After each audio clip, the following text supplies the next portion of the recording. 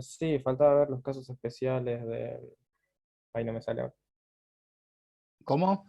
Tenía que mostrar cómo se Trabajo. grafica el trabajo, profe. Eso, trabajo Exacto. de específico. Bien, porque no tenía gráfico. Entonces, porque no, a Profe, veces, sí, le quería escucho. hacer una consulta si no es mucha molestia antes de empezar, No es porque ninguna molestia. Dale. estaba haciendo el cuadro puntualmente del punto B, si no me equivoco, que había mencionado en la clase pasada usted, Buenas y tardes. no entiendo por qué en la temperatura me da 48,71 grados Kelvin, y me parece bastante poco a mí eso. Yo diría que es muy poco. Por eso, pero no entiendo por qué está mal, porque usted hice la cuenta 5 veces, me fijé las unidades y sigo sin entender por qué está mal. Bueno, por ahí está bien. Vamos a verlo. Y no Por ahí entiendo el qué hacer. profesor puso cualquier cosa, como suele hacer muchas veces, y está bien. ¿Qué es el trabajo práctico 2 ese? Sí, el trabajo práctico, sí, exactamente. Cuadro B del punto 5. Espera que el profesor está tratando de abrir. Si es necesario, lo pongo en pantalla. A ver, no, sí, voy a compartir el trabajo práctico 2.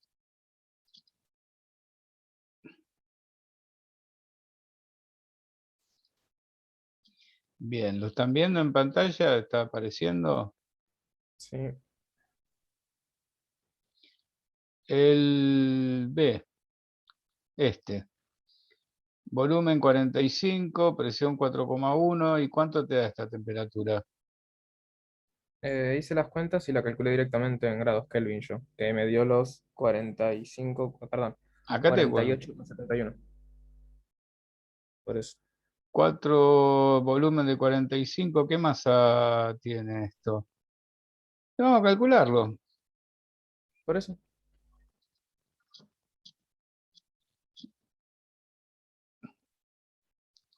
P por B igual a M por R por T. Bien, estamos así, la fórmula. De acá tengo que despejar qué es lo que queremos, T. Bien, T es igual a P por B dividido M por R. ¿Me están escuchando del otro lado? Porque tironeé el cable. Sí, Sí, sí. sí, sí, se Sí, sí, escucha. sí. Profe. Se Sí, escucha, bueno, profe. el auricular, tengo el cable por acá que me está hinchando las armonías. Bien, reemplazo valores. Presión 4,1.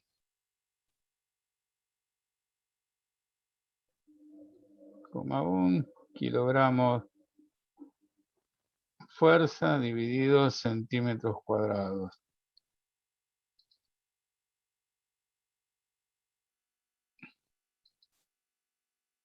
Por volumen. El volumen 420 decímetros cúbicos. Vamos No, no, me fui 45,2. 45,2 decímetros cúbicos. Bien, 45,2 y en lugar de decímetros cúbicos pongo 1000 centímetros cúbicos. Bien, Sí. dividido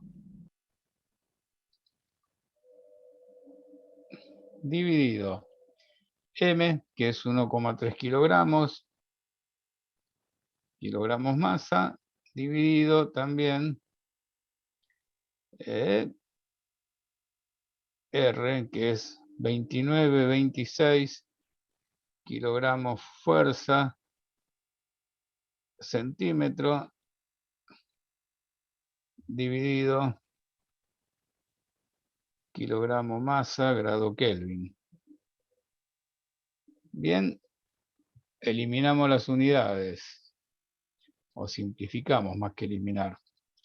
Bien, simplificamos el kilogramo fuerza con el kilogramo fuerza de acá. Simplificamos el centímetro cuadrado con el cubo de acá. Perdón que a veces me quedo dudando porque estoy haciendo ingresar gente. Entonces tengo que mirar para 3 lugares distintos y con 2 ojos no puedo. Aparte me pongo visco. Bien, con el cubo de acá. El centímetro que quedó con el centímetro que quedó de acá. La madre que- Con el centímetro que quedó de acá. Y me queda alguna por eliminar. No, el kilogramo masa.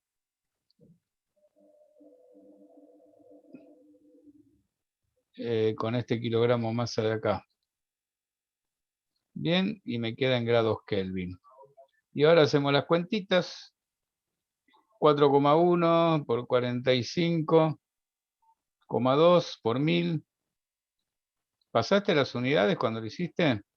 Sí, sí, no sé qué habré hecho mal entonces, porque ahí hice la cuenta y da 417 y da otra cosa, así que 4,1 por 45,2 por 1000 dividido 29, 26 dividido 1,3. 48,72 grados Kelvin. Bien, está frío, ah, ¿eh? entonces, no sé. Está frío.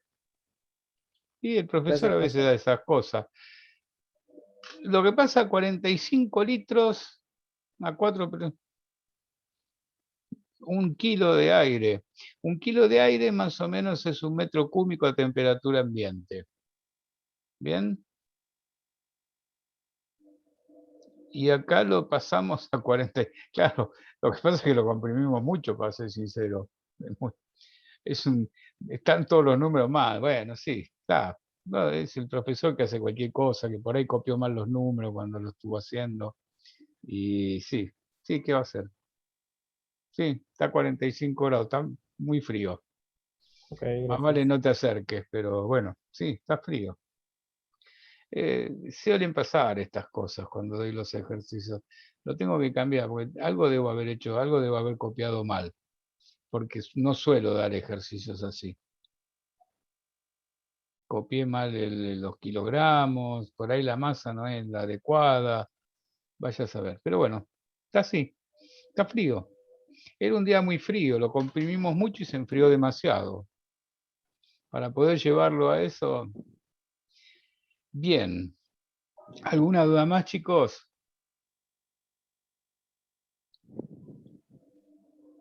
Nos habíamos quedado en esto.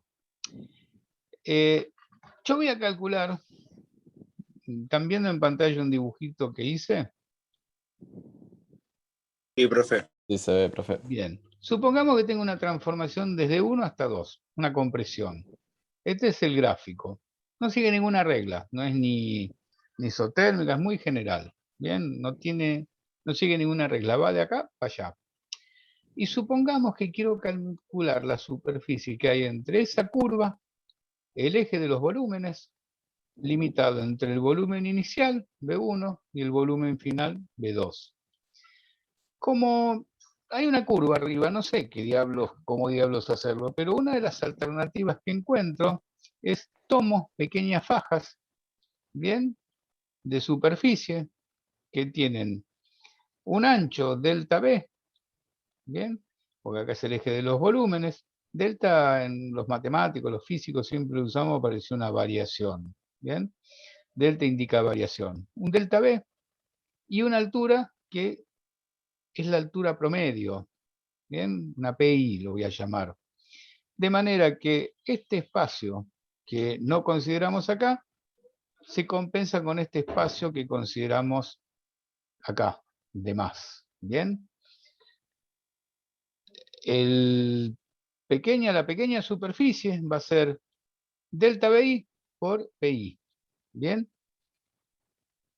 Delta BI por PI. Pero esto es muy parecido a lo que calculamos esos pequeños trabajos cuando calculábamos el trabajo de expansión o de compresión. ¿Bien? Si quisiera toda la superficie, lo que tendría que hacer es sumar un montón de pedacitos de superficie desde B1 hasta B2. Y eso es lo mismo que hicimos cuando calculamos el trabajo. Sumatoria desde el volumen inicial hasta el volumen final de las variaciones de la presión por las variaciones de volumen. En definitiva, ¿qué conclusión llegamos? Que la superficie que hay entre la curva de la transformación, el eje de los volúmenes, limitado por el inicial y el final, es la representación gráfica del trabajo que se realiza en la transformación. Como habíamos puesto condiciones también, para que sea realmente el trabajo, voy a tener que multiplicar por la escala de presión y por la escala de volúmenes. ¿Bien? Y por las condiciones que habíamos puesto en cuanto a convención de signos, si va para allá, si se comprime, si bajan los volúmenes, es negativo.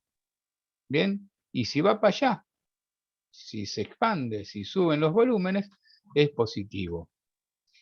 ¿Para qué diablos nos sirve esto? A ver si tengo el archivito acá. No. Voy a salir de esta y voy a entrar en otra. Supongamos que tengo...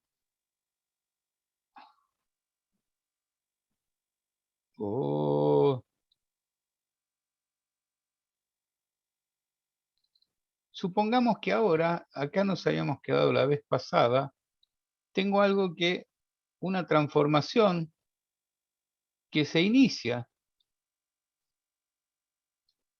en un punto, recorre cierto, esto no existe, recorre cierta serie de transformaciones y termina en el mismo punto. Bien, hace esto, da la vuelta. Eso lo consideramos ciclo, cuando empieza en un estado termodinámico y termina en el mismo estado termodinámico. Va de A a B y de B a A. Eso lo consideramos ciclo. Ahora bien, ¿cuál es el trabajo en un ciclo? Bien, cuando vamos a suponer esta transformación, tomo dos porque es más simple para la explicación. Tengo un estado 1 de P1, B1 y T1, no hice la isoterma acá, y un estado 2, B2, P2 y no hice la isoterma acá. Bien, T2 sería. Voy de 1 a 2 y de 2 a 1. Cuando voy de 1 a 2, el trabajo es lo que está representado entre la curva, limitado por el volumen inicial, en B1 y B2, y el eje de los volúmenes, lo que está rayado en azul. Cuando voy de 2 a 1, bien, también hago trabajo. Lo que está rayado en negro, creo, no se ve bien, bien, pero es el área entre la transformación 2,1, limitado por el volumen inicial, que en este caso es B2, y el B1, y el eje de los volúmenes. El trabajo total que se realiza, como uno es positivo de expansión y otro es negativo de compresión, es la suma de ambos, o sea, la diferencia, lo que está rayado en rojo, el área encerrada por el ciclo. En definitiva, el trabajo en un ciclo va a ser el área que está encerrada por el ciclo. ¿Para qué me sirve eso? Para mucho. Primero vamos a ver la convención de signos. Si, como en este caso, la de compresión es más grande que la de tracción, que la de expansión, significa que hay más negativo que positivo. Por lo tanto, si gira en este sentido, antihorario, generalmente lo habrán visto con los momentos, se habla de horario y antihorario, lo antihorario es negativo. Y si gira en este sentido, es positivo, horario, porque en ese caso el positivo, el que está arriba, va a ser más grande que el que está abajo. ¿Para qué nos sirve? Porque la forma práctica de saber qué pasa dentro de un cilindro es esa. ¿Se acuerdan que había un ciclo que era el ciclo de Otto? Este es el teórico. Comprimíamos, calentábamos, expandíamos, enfriábamos, escape. Me olvidé la admisión antes. O el de Brayton. comprimimos, calentamos, expandimos, volvemos a la atmósfera. Cualquiera de los dos tienen un área representada por el diagrama. El área esa me da una idea del rendimiento del ciclo. Es el trabajo que se realiza en el ciclo. Para poder hacerlo, para poder sacarlo, medimos esta superficie, la multiplicamos por las escalas en que está hecho el gráfico y nos da el trabajo que se realiza en el ciclo de Otto. También en el de Brighton nos va a servir para analizar cuánto nos conviene comprimir y cuánto nos conviene inyectar de combustible, por ejemplo. Más adelante lo vamos a ver. Pero para eso sirve esta representación gráfica. Es más fácil de entender que abstrayéndonos en otras cosas. ¿Me siguieron? Creo que sí. ¿Se entendió? Sí, profe. Sí. Bien, entonces ahora salgo de esta pantalla y vamos a ver un tipo de transformación que yo no me acuerdo si empezamos a verla, que se llaman adiabáticas. Bien, ¿a qué revoluciones gira un motor? ¿De combustión de autos o de una turbina? ¿Cuál es la diferencia entre un motor? No, la turbina. No, a ver. ¿Cuál es la diferencia entre un motor de auto y un motor de avión? ¿Con ustedes lo llegué Y a ver? principalmente que uno da la potencia a una hélice y el otro a ruedas. Bien, Claro. es una diferencia. Lo descontinuo. Tiene caja de cambio, el otro no. Bien, también otra diferencia. Que el Es autónomo y el otro no. Suelen ser Hay una mucho que más me chicos. interesa resaltar. ¿Qué? Suelen ser mucho más chicos de los autos. ¿Tienen más chico? ¿A qué te referís? Los cilindros, aparte de los cilindros están Menor adentro del cárter cilindrada. de los autos. Eso, esa es la que me interesaba a mí. Además de ser autónomo, de tener un magneto, de ser refrigerados a aire, de las que dijeron ustedes, también hay una que tiene que ver con la cilindrada. Los motores de auto son de baja cilindrada. ¿Bien? ¿Por qué? Porque si no, no te lo compra nadie. Antes venían los motores, los Falcon y los Chevrolet con motores de 3600, pero te morfaban vivo. Entonces, ¿cómo le sacás potencia a un motor si no tenés cilindrada? Y Después hay un vamos a montón de ver. maneras. Después, sí, no hay tantas maneras. Desde el Con el punto de vista... turbo. Sí, el turbo lo que haces es meterle mezcla ya comprimida, aumentar la relación de compresión, pero no siempre lo puedes hacer, necesitas un buen combustible. Es relativo. Desde el punto, los aviones también necesitan el turbo, necesitan turbo comprimido por el tema de la altura. Pero desde el punto de vista teórico, o sea, vos le podés sacar potencia mejorando los rodamientos, mejorando las fricciones, mejorando un montón de cosas. Pero los aviones en sí son motores de alta cilindrada por un tema de confiabilidad, para girar a pocas vueltas. O sea, vos vas a pocas vueltas y tenés menos riesgo de una rotura, es más confiable. Por lo tanto, los motores de avión son de girar bajo, pero para sacarle potencia, desde el punto de vista teórico, dejando de lado los turbos, tenés que darle mayor cilindrada. O sea, la potencia de un motor tiene que ver con la cilindrada y tiene que ver con las RPM, son las variables. Después no hay tantas variables en la potencia indicada. El turbo lo que haces es meter mezcla ya comprimida adentro. Pero necesitas alguna ecuación, porque ¿vieron alguna vez detonación? En una Cuando materia no. en motores, por ahí lo deben haber visto. Bueno, los combustibles, cuando el combustible está muy comprimido, cuando el tema cuando vos comprimís, aumentás la temperatura. Los combustibles a determinada temperatura se prenden solos. Es lo que conocemos como detonación. Si vos comprimís mucho un combustible de mala calidad, detona y te puede volar la cabeza de los pistones. Por eso Ahora no hay más nafta común, pero los Falcon usaban nafta común. Cuando empezaron a venir los motores más comprimidos, si le ponías nafta común, lo hacías bolsa. Por eso un auto que viene para 98 octanos no le podés poner 95. Claro, porque generan predetonaciones. Claro, claro. Bueno, me fui por las ramas. Volviendo al tema que yo quería explicar. Los motores de avión son de girar a bajas revoluciones, con alta cilindrada, 3500, un motor chiquito de un avión biplaza tiene 3500 de cilindrada, 3500 centímetros cúbicos. En un auto eso no te lo compra nadie. Entonces, ¿de dónde sacas la potencia? De altas RPM. Irán a 5000, 6000 vueltas como si nada. ¿A dónde venía, a dónde venía todo esto? Si las RPM son 2000, bien, significa que una vuelta, me fui dichosamente por las ramas, una vuelta es igual a 60 segundos, o sea, lo que tarda en dar una vuelta es 60 segundos sobre 2000, ¿no? Esto es lo que tarda en dar una vuelta. O sea, algo así como 0,03 segundos.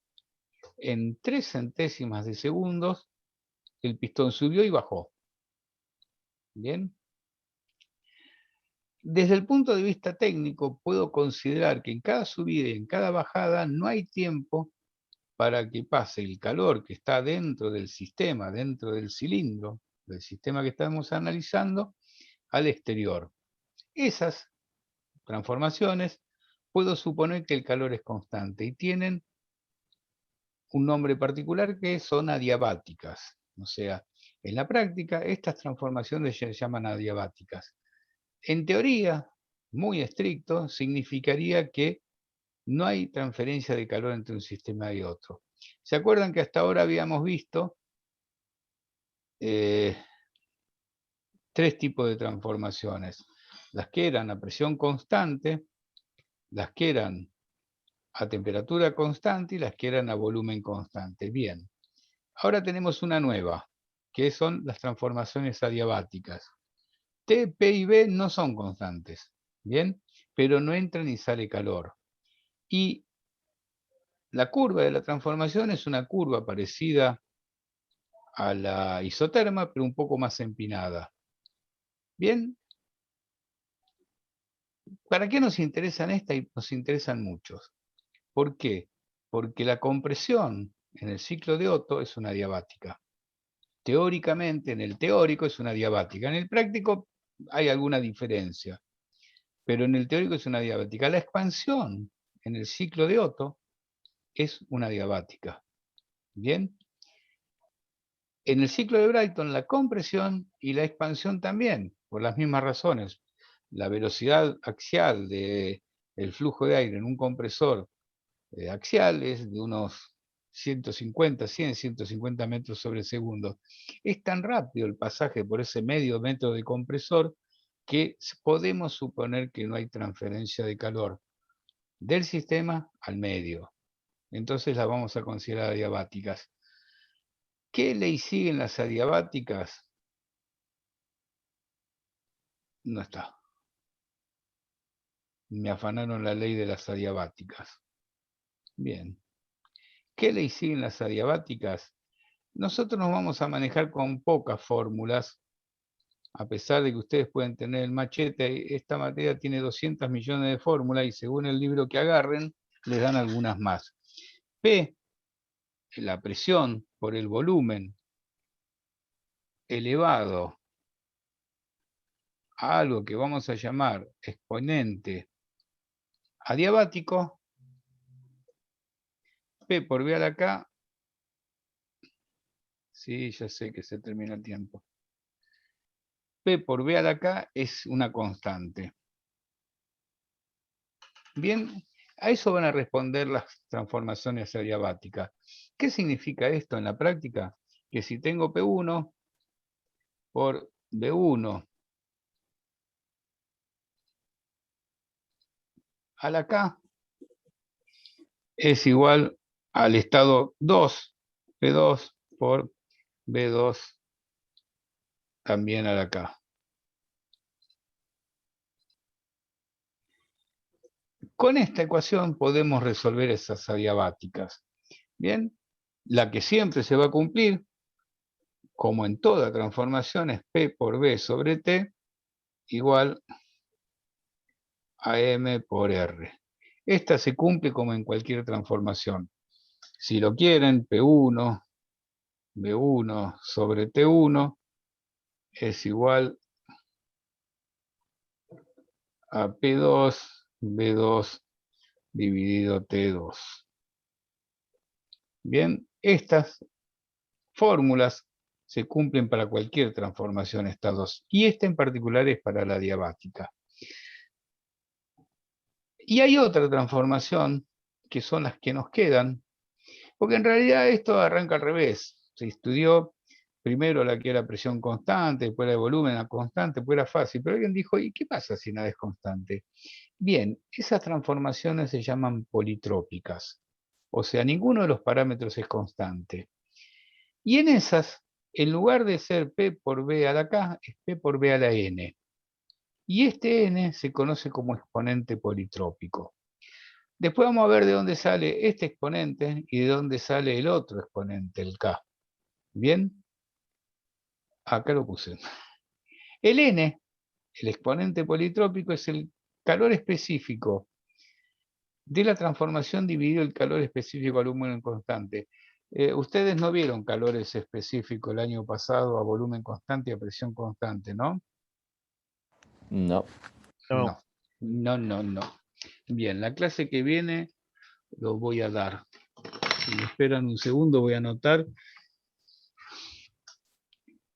Bien, voy a anotar que voy a preparar calor específico. Entonces, esto olvídense por ahora.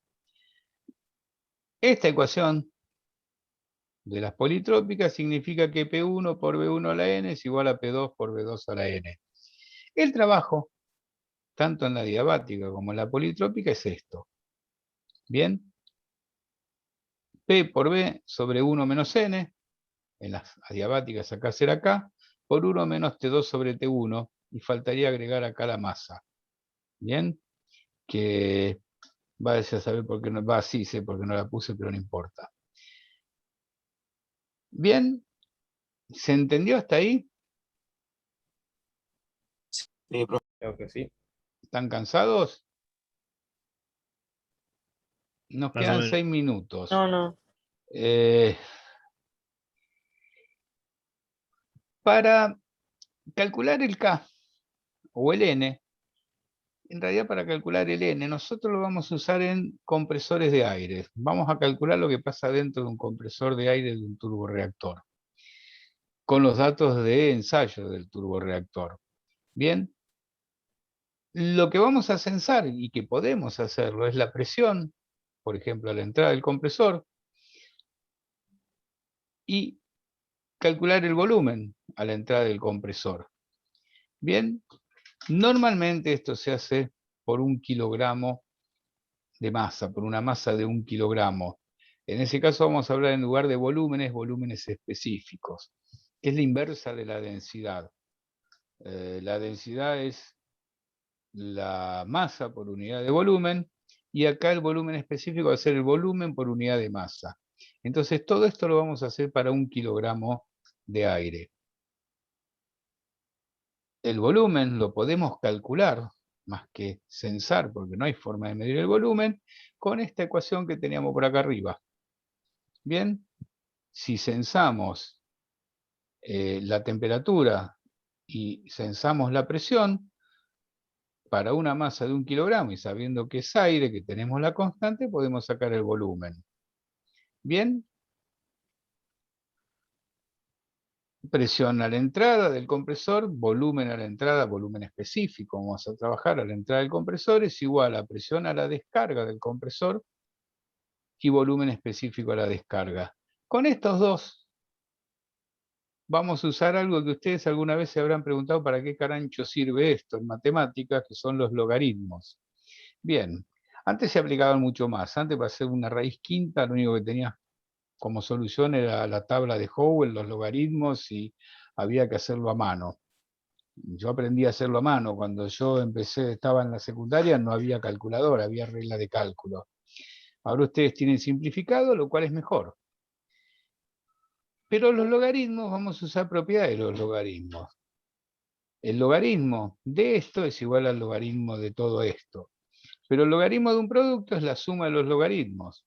Logaritmo de P1 y logaritmo de B1 a la n. Pero el logaritmo de una potencia es el exponente por el logaritmo de la base. Y esta es la única forma que puedo sacar cuando tengo de incógnita un exponente. Usar logaritmos. Bien, al margen de lo matemático, tengo una ecuación con una incógnita, una ecuación lineal de una incógnita, eso es resolvible, se puede resolver.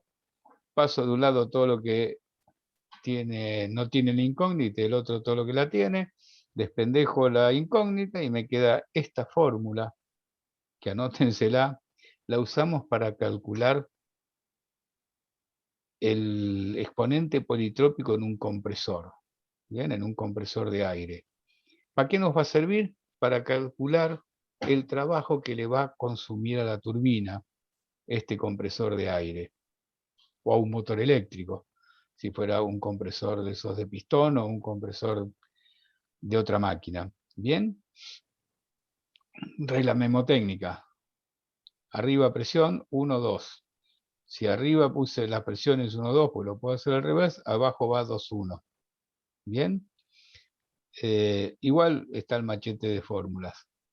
Una vez calculado eso, podemos calcular el trabajo. ¿Bien? ¿Me pudieron seguir?